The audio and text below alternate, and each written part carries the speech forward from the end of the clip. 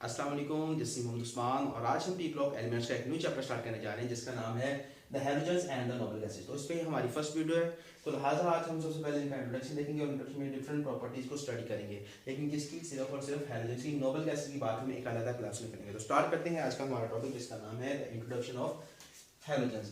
तो मैं कहता हूँ कि पीरियोडिक टेबल में जो आपके पास ग्रुप नंबर 7A है, ग्रुप नंबर 7A या फिर आप बोलते हो ग्रुप नंबर 17, इसके जो एलिमेंट्स हैं उनको हम क्या बोलते हैं, फ्लोरीन, क्लोरीन, ब्रोमीन, आयोडीन और एसिटीन। ये जो 5 आपके पास एलिमेंट्स हैं इनको हम प्यार से हैलोजन फैमिली बोलते हैं।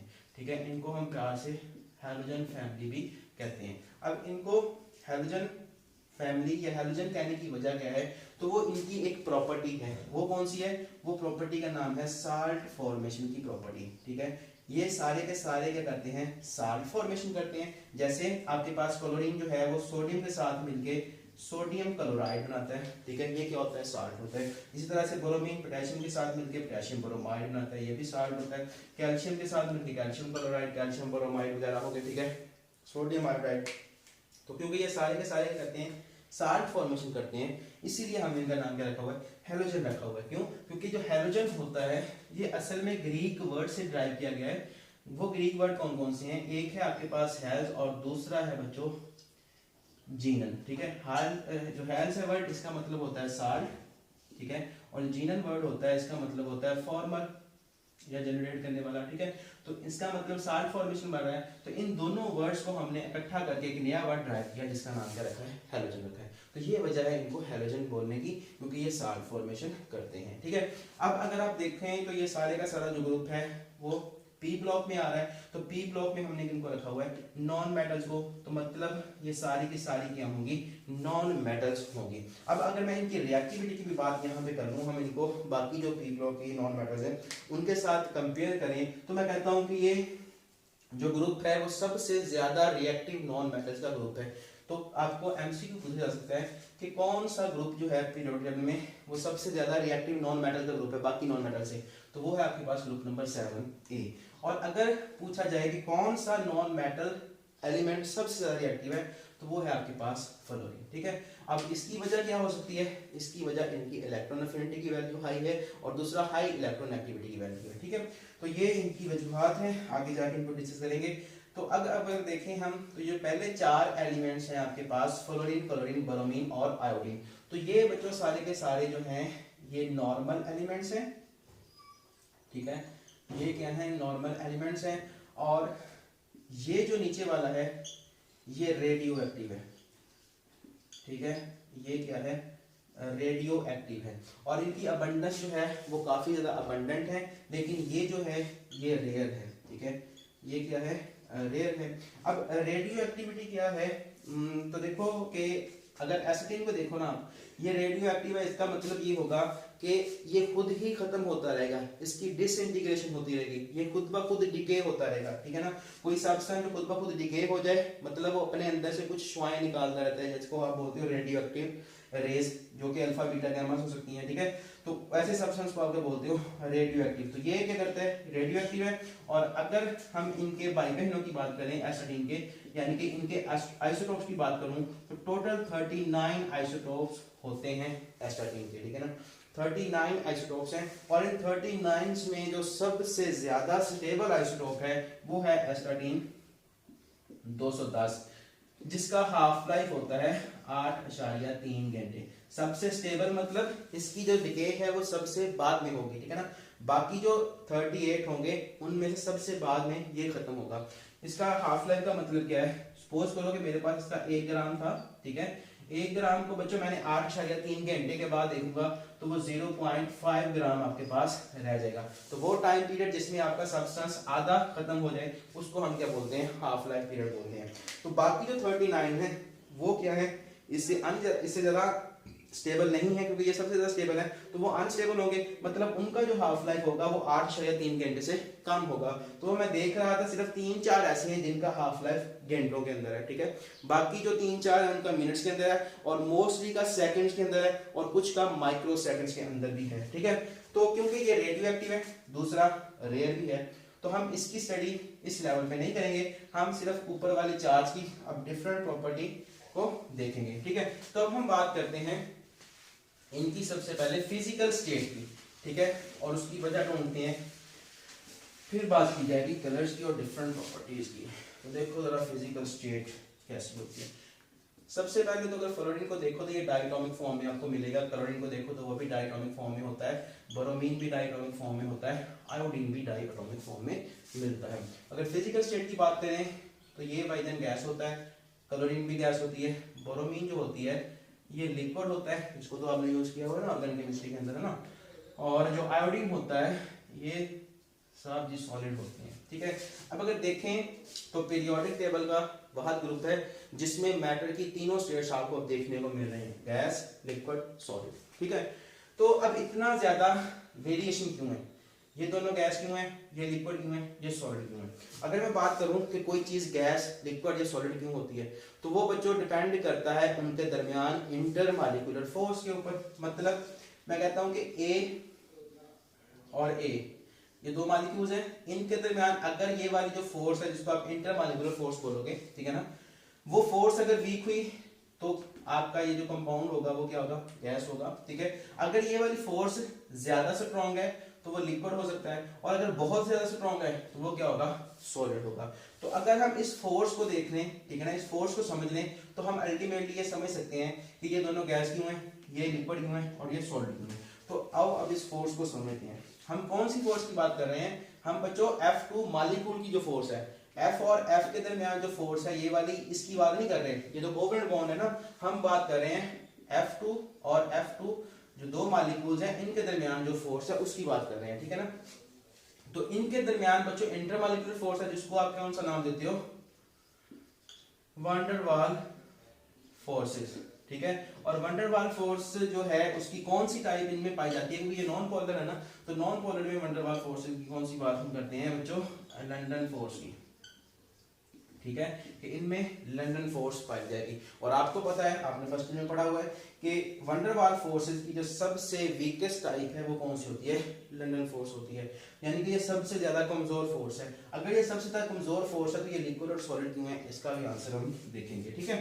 तो अब पहले समझते हैं कि लंदन फोर्स क्या होती है, ठीक है। तो देखो क्या होती है कि सपोज करो ये एक न्यूक्लियस है, ठीक है, और ये उसका क्या है, इलेक्ट्रॉनिक क्लाउड है, ठीक है। ये इसका क्या है, इलेक्ट्रॉनिक क्लाउड है जो कि फिक्स नहीं होता ना, मतलब इलेक्ट्रॉन इर्द गिर्द चक्कर लगा रहे हैं।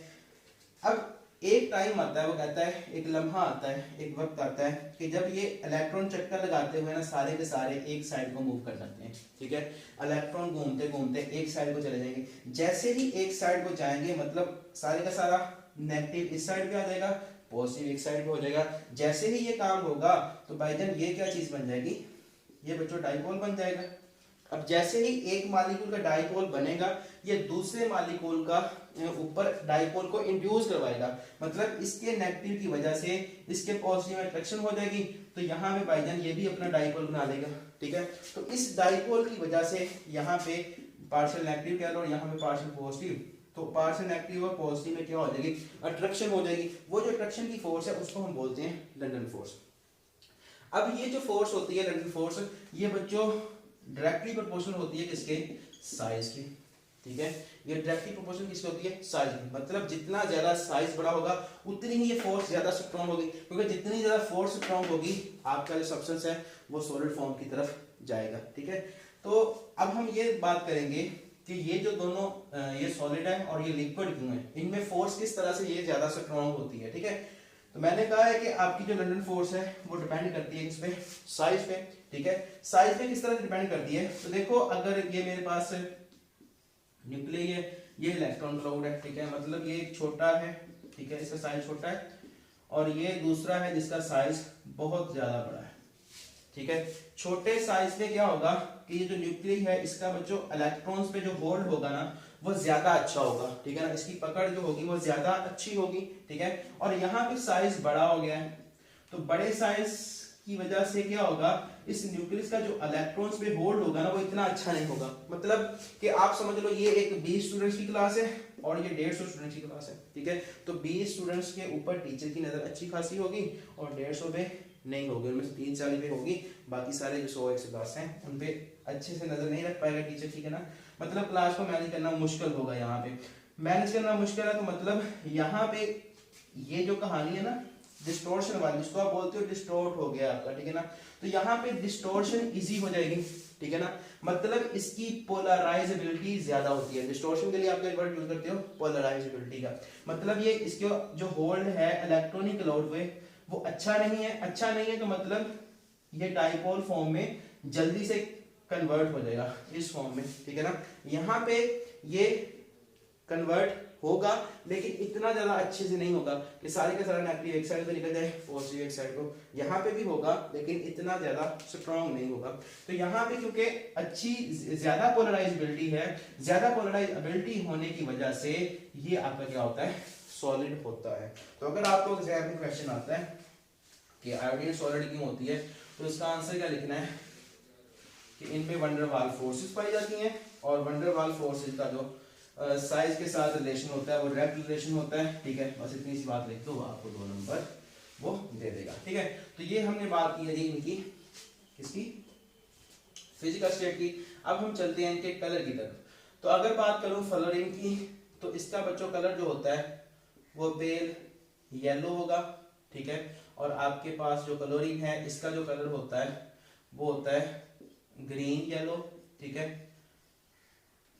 और बोरोमीन का तो आपको पता ही है, ऑर्गेनिक केमिस्ट्री में यूज करके आए हो ना, कैसा होता है इसका कलर, इसका होता है रेडिश ब्राउन, ब्राउन कलर होता है। और इसका जो होता है वो सिल्वरी ब्लैक कह लो या ग्रेश ब्लैक कह लो, ठीक है।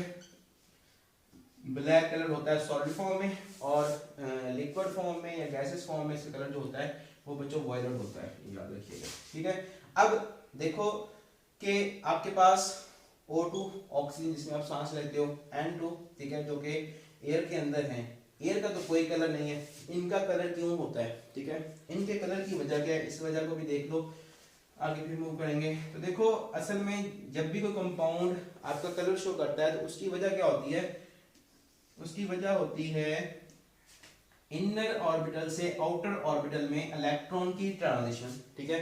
यानी कि अगर तो इलेक्ट्रॉन एनर्जी लेके यहाँ पे पहुंचेगा, जितनी एनर्जी जरूरत करेगा उतनी ही एनर्जी इमिट करके यहाँ पे दोबारा से वापस आएगा।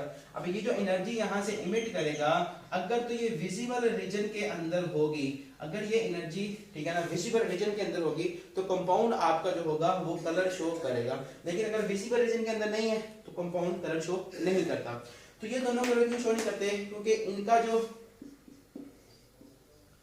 होमो और लूमो ऑर्बिटल होता है, ठीक है, उनमें जो गैप होता है एनर्जी का वो बहुत ज्यादा होता है जो कि विजिबल रीजन के अंदर नहीं आता। मतलब वहां पे हो सकता है कि ट्रांजिशन पॉसिबल हो, लेकिन जब वो ट्रांजिशन करके दोबारा से इलेक्ट्रॉन इमिट करके सॉरी एनर्जी को इमिट करके अपनी ग्राउंड स्टेट में आएगा एक्साइटेड स्टेट से, तो वो जो एनर्जी निकालेगा वो विजिबल रीजन के अंदर नहीं आती, जिसकी वजह से आप कह सकते हो कि ये कलर शो नहीं करता।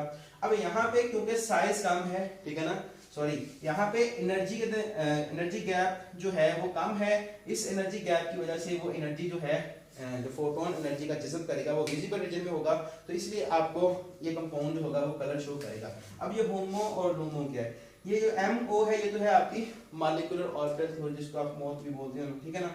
तो अब मैं अगर आपको इसका पिक्चर भी दिखा दूं तो वो ज्यादा बेस्ट होगा, है ना।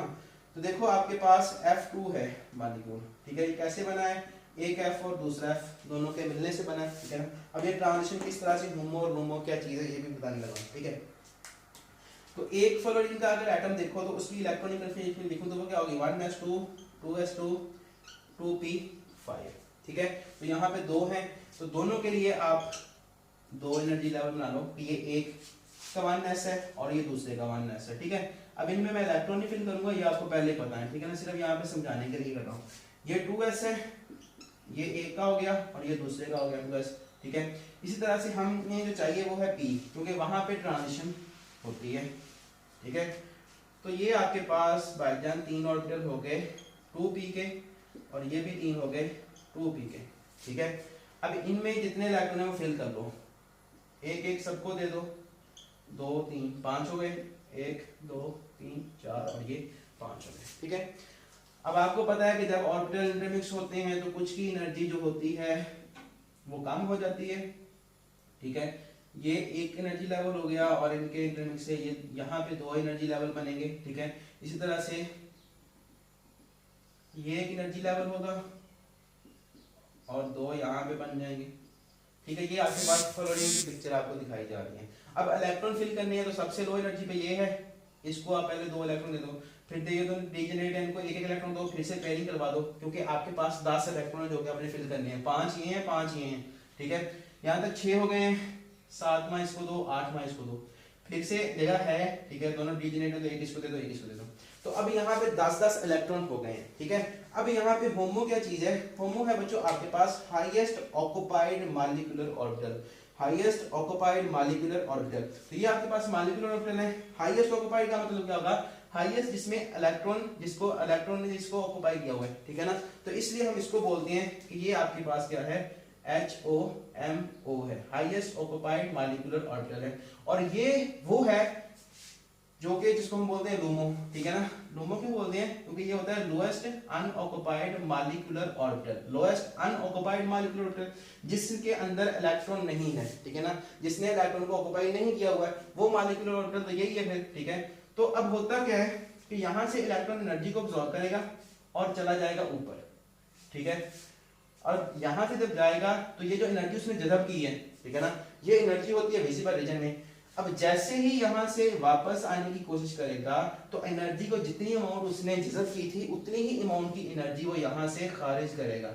अब अगर तो ये एनर्जी विजिबल रीजन में हो तो कलर शो होता है, तो ये विजिबल रीजन के अंदर ही होता है, इसी वजह से कंपाउंड आपका जो है वो कलर शो करता है, ठीक है। लेकिन अगर कलर शो करना है तो यहां से यहां तक आते हुए डिफरेंट कलर क्यों शो कर रहा है? और दूसरी बात कि यहां से यहां तक जाते हुए आपका जो कलर है वो डार्कर होता जा रहा है, ठीक है ना। यहां से पेल येलो था, फिर थोड़ा सा डार्क हुआ ग्रीन, फिर और डार्क हुआ रेडिश ब्राउन हुआ, फिर और ज्यादा डार्क हो गए वो ग्रेश ब्लैक की शक्ल में चला गया। हम इसकी वजह भी बताएंगे आपको कि ये इस तरह से डार्क क्यों हो रहा है। तो यहां तक तो समझ आ गई कलर क्यों शो कर रहा है, क्योंकि ये जो ट्रांजिशन होती है उसकी जो एनर्जी का फोटोन जो निकालता है वो विजिबल रीजन के अंदर होता है। अब फ्लोरीन के अंदर आपको पता है साइज क्या है? छोटा है, ठीक है ना। साइज छोटा होने की वजह से होमो और जो आपका लूमो है उनके अंदर एनर्जी जो गैप है वो ज्यादा होता है, ठीक है ना। ज्यादा एनर्जी गैप का मतलब क्या है कि यहां से यहां तक जाने में एनर्जी आपको क्या चाहिए? ज्यादा चाहिए। अब एनर्जी का वेवलेंथ के साथ क्या रिलेशन होता है बच्चों? वो उल्ट रिलेशन होता है, ठीक है ना। According to Planck's quantum theory energy wavelength के उल्ट होती है। मतलब यहां से यहां तक जाना है तो एनर्जी गैप अगर ज्यादा होगा तो फोटोन कौन सा इमिट करेगा या जज़ब करेगा? उसकी वेवलेंथ क्या होगी? वो कम होगी, ठीक है ना। यहां से यहां तक जाते हुए एनर्जी गैप ज्यादा होगा तो कम वेवलेंथ की लाइट जो होगी वो इमिट करेगा, ठीक है। इसलिए यहाँ पे जो कलर है वो पेल येलो है। उस तरफ जाते हुए डार्क क्यों हो रहा है? क्योंकि जैसे जैसे साइज बढ़ेगा ना ये जो एनर्जी गैप है ये कम हो जाएगा, ठीक है ना। सपोज कर लो कि ये आयोडीन का है और ये फ्लोरीन का है, ठीक है। यहां तक जाते हुए एनर्जी गैप जो हो गया है वो काफी ज्यादा कम हो गया है। कम होने की वजह से अब एनर्जी का इसके साथ उल्ट रिलेशन है। एनर्जी कम है तो वेवलेंथ की लाइट क्या होगी? लाइट की वेवलेंथ क्या होगी? वो ज्यादा हो जाएगी। ज्यादा वेवलेंथ की लाइट की वजह से यहां जाते हुए जो कलर है वो ज्यादा डार्क होना शुरू हो जाता है। तो ये है इनकी कलर की वजह कि होमो और लूमो के अंदर क्या होता है? ट्रांजिशन पॉसिबल होती है। और वो जो इमिट करता है एनर्जी का फोटोन जो होता है वो क्योंकि विजिबल रीजन के अंदर आता है इसीलिए ये कंपाउंड जो होते हैं वो कलर की प्रॉपर्टी को शो करते हैं, ठीक है। अब हम आगे मूव करते हैं और नेक्स्ट प्रॉपर्टी देखते हैं जो कि है इलेक्ट्रॉनिक कन्फिग्रेशन। तो अगर मैं इनकी जनरल इलेक्ट्रॉनिक कन्फिग्रेशन की बात करूं तो वो होती है आपके पास NS2Np5, ठीक है। N यहाँ पे क्या है? प्रिंसिपल क्वांटम नंबर कह लो या शेल का नंबर बोलो। तो आपको पता है कि फ्लोरीन दूसरे पीरियड से स्टार्ट होती है तो यहाँ पे आप लिखोगे 2s2, ठीक है, 2p5, क्योंकि पीरियड नंबर का मतलब क्या होता है? शेल का नंबर, ठीक है ना। जितना पीरियड होता है उतने उसके एटम के अंदर शेल होती हैं। अब अगर मैं क्लोरीन की बात करूं तो यहाँ पे आपने क्या लगाना है? क्योंकि क्लोरीन थर्ड पीरियड में होता है तो N की जगह पे आपने 3 लिख देना है, बाकी सारा कुछ वैसे ही रहेगा। ये उनकी जनरल इलेक्ट्रॉनिक कन्फिग्रेशन जो कि आउटर मोस्ट शेल की है, ठीक है ना। इसी तरह से अगर आयोडीन की बात करूं तो ये 4s2 हो जाएगा, 3p 4p 4p5, आगे है हमारे पास, सॉरी ये बोरोमीन की थी, ठीक है, और आयोडीन की क्या होगी फिर 5s2 5p5। अब यहाँ से आपको ये जो सारी मैंने इलेक्ट्रॉनिक कन्फिगरेशन लिखी है ना, इसको मजीद एक्सप्लेन करने की जरूरत नहीं हुई, आप बचपन से हाँ बचपन से पढ़ते आ रहे हो, ठीक है ना, 9th 10th में फर्स्ट ईयर में पढ़ी हुई है आपने। तो इसको देखेंगे तो ये है आपके पास आउटर मोस्ट शेल की इलेक्ट्रॉनिक कन्फिगरेशन। अब आउटर मोस्ट शेल में कितने इलेक्ट्रॉन है, यहाँ पे कितने हैं 7, यहाँ पे भी 7 है, 7 है, टोटल कितने हैं, हर एक में 7 इलेक्ट्रॉन है। 7 इलेक्ट्रॉन का मतलब है कि इसको ऑक्टेट कंप्लीट करना है। ऑक्टेट का मतलब क्या होता है, आउटर मोस्ट शेल के अंदर 8 इलेक्ट्रॉन को फिल करना, ठीक है ना। तो यहाँ पे 7 इलेक्ट्रॉन है, इनको एक इलेक्ट्रॉन मिल जाए तो इनका ऑक्टेट भाई साहब कंप्लीट हो जाएगा। तो अगर मैं इनकी जनरल वैलेंसी की बात करूं तो वो हमेशा क्या होगी, 1 होगी, ठीक है ना, वो हमेशा क्या होगी, अगर वैलेंसी की बात करें क्योंकि इनको एक इलेक्ट्रॉन की जरूरत है ना, तो वो हमेशा क्या होगी 1 होगी। लेकिन अगर मैं इनकी ऑक्सीडेशन स्टेट की बात करूं तो वो हमेशा 1 नहीं होगी, ठीक है। ऑक्सीडेशन स्टेट की बात की जाए तो वो बच्चों वेरी करेगी -1 से कहां तक, +7 तक। क्योंकि 7 इलेक्ट्रॉन के पास 7 भी दे सकता है, 5 भी दे सकता है, 3 भी दे सकता है, 2 भी दे सकता है, 1 भी दे सकता है, और एक को ले भी सकता है। -1 कब होगी, जब आउटर मोस्ट शेल के अंदर इलेक्ट्रॉन आएगा। मतलब ये आपका यहाँ पे 7 इलेक्ट्रॉन है, ये इलेक्ट्रॉन था, जब आप इसमें इलेक्ट्रॉन को ऐड करोगे तो ऑक्सीजन शेल क्या होगी -1। अब आपके पास फ्लोरीन होता है, क्लोरीन होता है, ब्रोमीन होता है, आयोडीन होता है, ठीक है। इन सब की ऑक्सीजन स्टेट की अगर बात करूं तो बच्चों जो फ्लोरीन होगा इसकी हमेशा जो होगी वो -1 होगी, ये एक्सेप्शन है। बाकी की -1 से लेके +7 तक चलेगी, इनकी जो है वो -1 से +7 तक चलेगी। लेकिन जो आपका फ्लोरीन है इसकी हमेशा -1 होगी। उसकी वजह क्या होती है, उसकी वजह ये होती है कि फ्लोरीन आपका जो होता है वो उसकी जो इलेक्ट्रॉन नेगेटिविटी है वो सबसे हाईएस्ट है। मतलब पीरियोडिक टेबल के अंदर जितने भी एटम्स हैं अगर उनके साथ बॉन्डिंग की हुई है फ्लोरीन ने, तो जब भी बॉन्ड टूटेगा तो फ्लोरीन ही लेके इलेक्ट्रॉन को भागेगा। क्यों, क्योंकि इसकी इलेक्ट्रॉन नेगेटिविटी की वैल्यू ज्यादा है, ठीक है ना। तो बॉन्ड क्योंकि इलेक्ट्रॉन नेगेटिविटी होती है इसमें शेयर्ड पेयर इलेक्ट्रॉन को अपनी तरफ खींचना, तो इसकी वैल्यू ज्यादा होगी तो इलेक्ट्रॉन तो इसके पास आएंगे, ठीक है, इसी के पास आएंगे। तो हमेशा ही इसकी जितने भी इसके कंपाउंड होते हैं उनमें इसकी जो ऑक्सीजन स्टेट होगी वो हमेशा -1 होगी। लेकिन इनकी -1 से ज्यादा भी हो सकती है, +1 +2 +3। जैसे क्लोरीन है, अगर आप देखो तो HClO में इसकी जो electronic configuration sorry oxygen state होती है वो +1 होती है, HClO2 में +3 हो जाएगी, ठीक है, HClO4 में +7 ऑक्सीजन स्टेट हो जाएगी, IF7 में आयोडीन की +7 होती है। इस तरह से डिफरेंट कंपाउंड हैं जिनमें ये प्लस की ऑक्सीजन स्टेट भी शो कर सकते हैं, ठीक है ना। लेकिन फ्लोरीन कभी भी प्लस ऑक्सीजन स्टेट शो नहीं करता, उसकी ऑक्सीजन स्टेट -1 ही होगी हमेशा उसी कंपाउंड में। तो ये हो गया आपका ऑक्सीजन स्टेट और इनकी इलेक्ट्रॉनिक कन्फिगरेशन। अब हम मूव करते हैं इनकी आयोनाइजेशन एनर्जी की वैल्यूज की तरफ, ठीक है। आयोनाइजेशन एनर्जी की बात करूं तो आयोनाइजेशन एनर्जी में कोई एक्सेप्शन नहीं है, ठीक है ना। ये फ्लोरीन होता है, क्लोरीन, ब्रोमीन और आयोडीन। आपको पता है कि आयोनाइजेशन एनर्जी की जो वैल्यू होती है वो ग्रुप में डिक्रीज करती है, इंक्रीज करती है, डिक्रीज करती है, ठीक है ना। क्यों, क्योंकि साइज के साथ इसका डायरेक्ट रिलेशन है, ठीक है ना, उल्ट रिलेशन है, सॉरी, ठीक है, साइज के साथ इसका क्या रिलेशन है, उल्ट है। मतलब साइज बढ़ेगा तो आयोनाइजेशन एनर्जी क्या हो जाएगी, कम हो जाएगी, ठीक है ना। आयोनाइजेशन एनर्जी होती क्या है, आइसोलेटेड गैसियस आयन से, ठीक है ना, आइसोलेटेड गैसियस आयन से इलेक्ट्रॉन को यहां से निकालने के लिए जो एनर्जी आपको चाहिए उसको आप क्या बोलते हो, आयोनाइजेशन एनर्जी बोलते हो, ठीक है। ये अब अगर साइज कम होगा, ठीक है ना, साइज कम होगा तो एनर्जी आपको ज्यादा चाहिए होगी। क्यों, क्योंकि यहाँ पे इस फोर्स को तोड़ना मुश्किल होगा। लेकिन अगर साइज बड़ा है तो इसके और इसके दरम्यान में फोर्स क्या होगी, फिर साइज बड़े होने की वजह से कम हो जाएगी, तो यहाँ से इलेक्ट्रॉन को निकालना क्या होगा, आसान होगा। तो नीचे की तरफ आएंगे तो आयोनाइजेशन एनर्जी की वैल्यू क्या होगी, डिक्रीज होगी, और इसमें कोई एक्सेप्शन नहीं है, ठीक है ना। नेक्स्ट है आपके पास इलेक्ट्रॉन अफिनिटी, ठीक है। इलेक्ट्रॉन अफिनिटी की बात करें तो वहां पे आपको एक्सेप्शन देखने को मिलेगा, ठीक है, और वो एक इंपॉर्टेंट एमसीक्यू भी बना देता है आपके लिए, ठीक है। यहाँ पे अगर मैं इलेक्ट्रॉन अफिनिटी की वैल्यू की बात करूं, ठीक है, इलेक्ट्रॉन अफिनिटी की बात करें तो वही फिर आपके पास फ्लोरीन, क्लोरीन, ब्रोमीन और आयोडीन, ठीक है। अब इलेक्ट्रॉन एफिनिटी होती क्या है कि ये आपका न्यूक्लियस है, यहाँ पे इलेक्ट्रॉन पड़े हुए हैं, ठीक है, चलो साथ कर लो क्योंकि हम इनके केस की बात कर रहे हैं। तो अब आपने इलेक्ट्रॉन को एटम के अंदर ऐड करना है, ठीक है ना, यहाँ से यहाँ तक इलेक्ट्रॉन लाना है, ठीक है, यहाँ से यहाँ तक इलेक्ट्रॉन लाने के लिए यहाँ से एनर्जी निकलेगी। क्यों एनर्जी निकलेगी? क्योंकि पहले 7 इलेक्ट्रॉन है ना, एक इलेक्ट्रॉन आप दोगे तो उसके 8 इलेक्ट्रॉन हो जाएंगे और वो स्टेबल होगा, और अगर वो स्टेबल होगा तो एनर्जी को निकाल के स्टेबल होगा, ठीक है। तो यहाँ से यहाँ तक एनर्जी अगर आपने यहाँ से इलेक्ट्रॉन को यहाँ लाना है तो उसके केस में जितनी ज्यादा एनर्जी निकलेगी वो क्या कहलाएगी? उसकी इलेक्ट्रॉन एफिनिटी।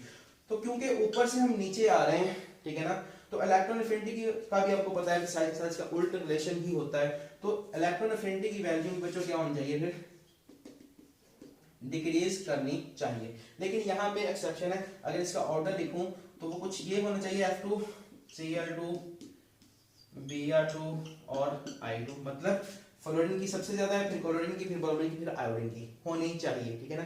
लेकिन ये जो ऑर्डर होता है ये बिल्कुल गलत है। असल में होता क्या है कि आपका जो सही ऑर्डर होता है वो Cl2 की सबसे ज्यादा होती है, फिर F2 होता है, फिर Br2 होता है और फिर I2 होता है। Cl2 की जो इलेक्ट्रॉन एफिनिटी की वैल्यू होती है वो सबसे ज्यादा हाईएस्ट होती है। उसकी वजह क्या है? तो देखो ये है आपका इलेक्ट्रॉन को अपनी तरफ खींचना, ठीक है ना, इस के अंदर इलेक्ट्रॉन को ऐड करना है। अगर साइज छोटा होगा तो साइज छोटे होने से क्या होगा कि बच्चों यहाँ पे पहले ही इलेक्ट्रॉन पड़े होंगे, ठीक है, कितने हो गए हैं? 2 4 6 और 7 पूरे हो गए हैं, ठीक है।